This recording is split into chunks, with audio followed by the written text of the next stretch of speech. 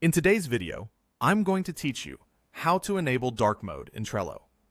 If you spend a lot of time organizing projects, switching to a darker interface can make your boards easier on the eyes, especially at night, and can help reduce visual fatigue so you can stay focused longer. First, make sure you're signed in to Trello.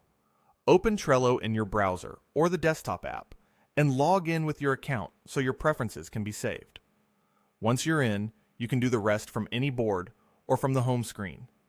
Next, look to the top right corner of the screen for your profile icon.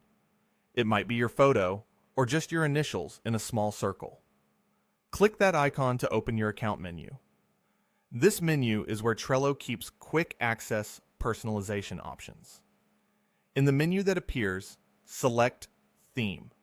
This opens Trello's appearance settings, where you can choose how the interface looks. It's designed to be simple, so you can change your style without digging through deeper settings. Now choose how you want Trello to look. Select Dark to immediately switch to a dark color palette across the app. You should see the background, sidebars, and menus shift to darker tones right away, while text remains clear and readable. If you prefer Trello to follow whatever your computer is doing, pick Match System. With that option, Trello will automatically use dark mode when your device is set to dark, and switch back to light when your system theme changes. That's especially handy if your computer is set to change appearance based on time of day. As you browse your boards, you'll notice dark mode keeps your content front and center while still preserving the colors you rely on, like labels and covers. If any card cover feels too bold against the darker background, you can adjust the cover color on that card to improve contrast and readability.